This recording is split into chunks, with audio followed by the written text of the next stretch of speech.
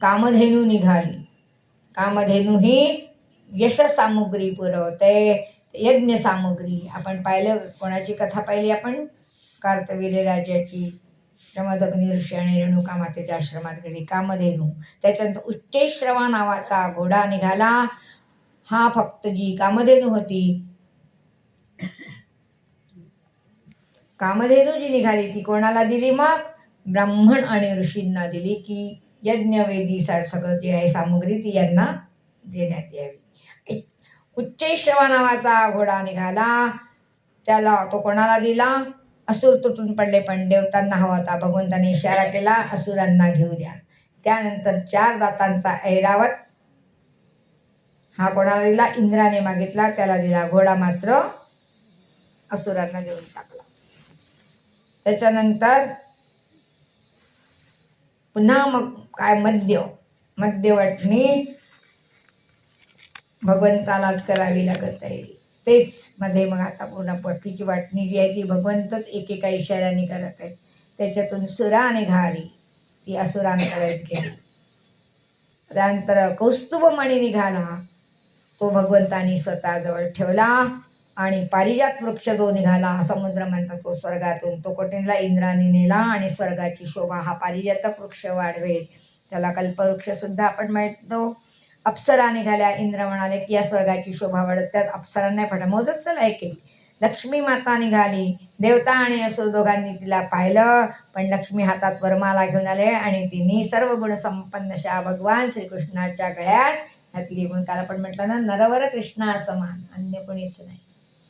तिने येऊन घातली. नमागे तयाची रमा अशी शांतपणे भगवंत बसले, तिथे बसते. तिने जाऊन रमाला घातली. ती लक्ष्मी आहे समोर. त्याच्यानंतर भगवंत लक्ष्मीने त्यांच्या गळ्यात जाऊन माळ घातली. ते नाटकीच आहेत ना, 3 ठिकाणी वाकडेच आहेत.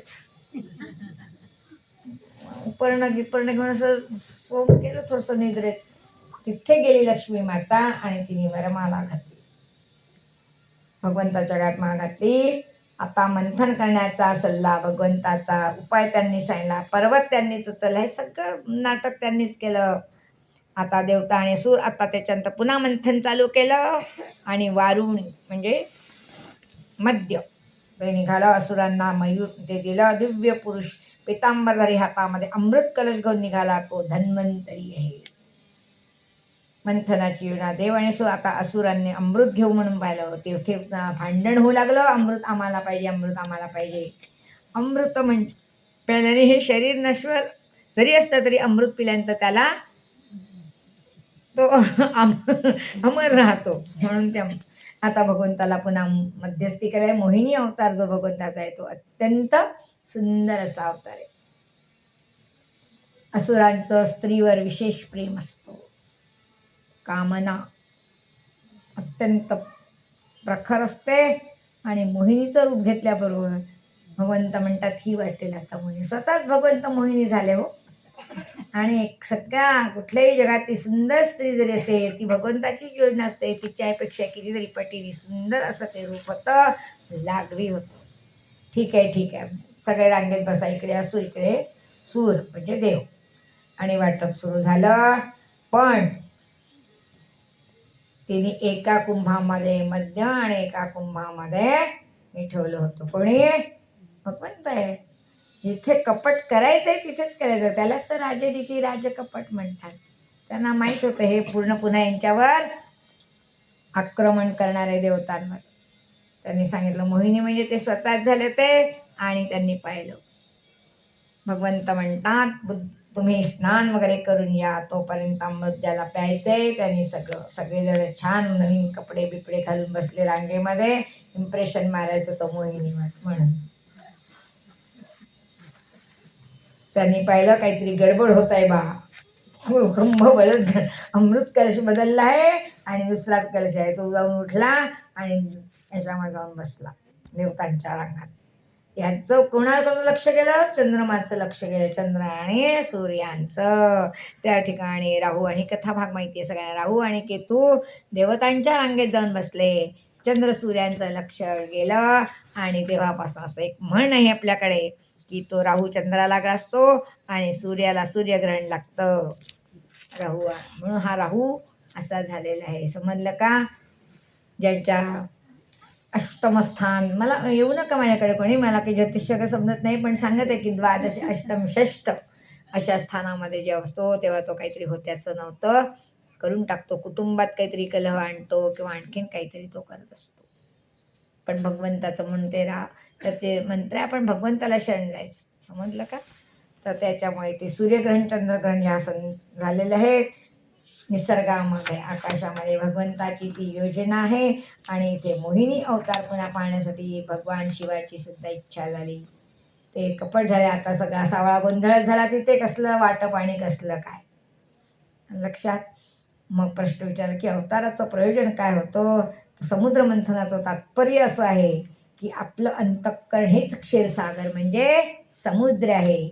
इथेच मंथन करायचंय आणि मंथनाद्वारे त्याचं निधिध्यासन करायचंय, ध्यान करायचंय. चांगल्या कर्माचं फळ हे अमृत आहे. का नाही यांच्या पदरी पडला सुरांच्या? कपट केलं. कपट जर करेल, मनामध्ये एक भांतरीचा भाव एक, वरपांगी दाखवी एक, त्याला अमृताची प्राप्ती होईल का? शुद्ध सात्विक मनाने या मनाचं मंथन केलं, चांगले विचार ठेवले तर आपोआपच आपल्या मनामधून अमृतत्वाची प्राप्ती आपल्याला होते. हा त्याच्यातला आध्यात्मिक अर्थ आहे. अमृत त्यागे नैके अमृतत्व मानशू. त्यागातूनच अमृतत्वाची प्राप्ती आहे, भोगातून नाही. असुर लोक कसे भोगयोनी आहे, कायम भोग आहे, विलास पाहिजे, मद्य पाहिजे, स्त्री पाहिजे. सगळ्या भोगवाल्यांना अमृतत्वाची प्राप्ती कशी काय होणार आहे? विचार करा थोडासा.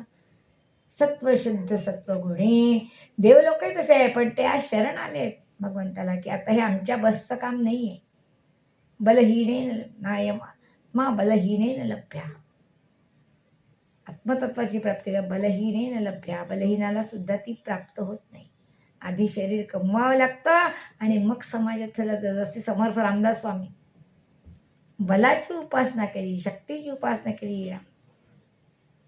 सगळे फिरले, पूर्ण भारत भ्रमण केलं पायी. काय बलदंड शरीर होतं. किती बैठका, 100,000 सूर्यनारायण. किती सकाळची जी होती सूर्याची उपासना करायची, त्यांच्या घरामध्ये चाललेली बरोबर 1200 सूर्यनमस्कार घालायचे. 1200 सोडून 12 नाही घालत माझ्याने, 1200 घालायचे सूर्य उपासना. त्यांचं आडनाव माहिती आहे का पूर्ण तुम्हाला? ठोसर आडनाव आहे. नारायण ठोसर, जांब इथला जन्म आहे. बलाची उपासना केली, मग पडले बाहेर. आणि मग या कसं काय नाही होत, हिंद विश्वराज्य साम्राज्य शिवबाच्या मागे उभे राहिले. काय होतं हातामध्ये? एक कंथा, एक कुबडी आणि एक बस. कुठे होतं शस्त्र असतं, पण बळ होतं, बळ. असो, आता यांचं युद्ध पुन्हा झालं. आता असुरांची माया समाप्त केली भगवंतानी. आता हे जिंकले. यांनी बळीराजा सांगत आहे त्यांना किंवा हे काय झालं, शेवटी शंकराला पुन्हा एकदा पाहायसाठी भगवंतानी मोहिनीचं रूप घेतलं आणि भगवंत तिथेच मोहित झाले शिवजी. आणि त्यांचं स्खलन झालं याचं, आणि त्याच्यातून पुन्हा निर्माण झाले कोण ते सांगते. वालखिल्य मोहिनी अवतार इथे संपला. आणि सांगतात शुकदेवांना की त्यांच्या वंशामध्ये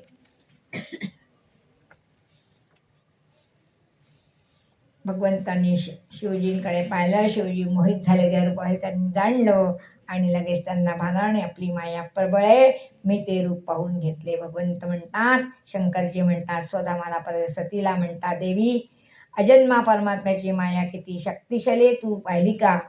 त्यांच्या वंशात माझ्यासारखी व्यक्ती जर मोहित होते तर इतरांचं काय? जो प्रकार घडला तो पार्वती मातेला त्यांनी सांगितला. आणि हे एवढाच भाग आपला कालचा तो राहिला होता, तो आज आपण पूर्ण केला. काल थोडीशी आपल्याला ऐकायची परशुराम अवताराचे आपण सगळे काल पाहिले. आणि जमदग्नी ऋषींचंही आपण चरित्र काल पाहिलं.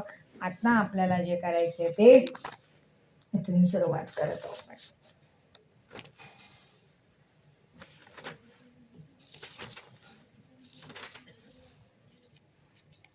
आता भगवंताच्या लीला सुरू झाल्या. काल आपण जन्म केला आणि आज गोकुळामध्ये आनंदच आनंद आहे सगळीकडे.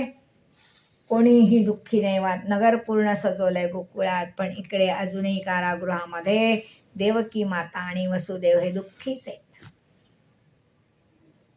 हो की नाही? लक्षात घेऊ आपण की सख्खी आई जी आहे, जिने अजून जावळ कुरवाळलं नाही, की त्याला छातीशी धरलेलं नाही आणि बाळ तिचं नेलं, किती दुःख सागरात. तिने कोणाला तिचं दुःख सांगावं? जी भगवंताची आई आहे. काहीतरी प्रारब्ध होतं आणि म्हणून. आणि इकडे यशोदा मैया तिने तपश्चर्या केली होती भरपूर, आणि लालन पालन करण्याचा जो योग आहे तो यशोदा मैयाला म्हणून त्याला पण भजन जे म्हणा, देवकीचे पोटी याला यशोदेने तो पाळिला. ओके.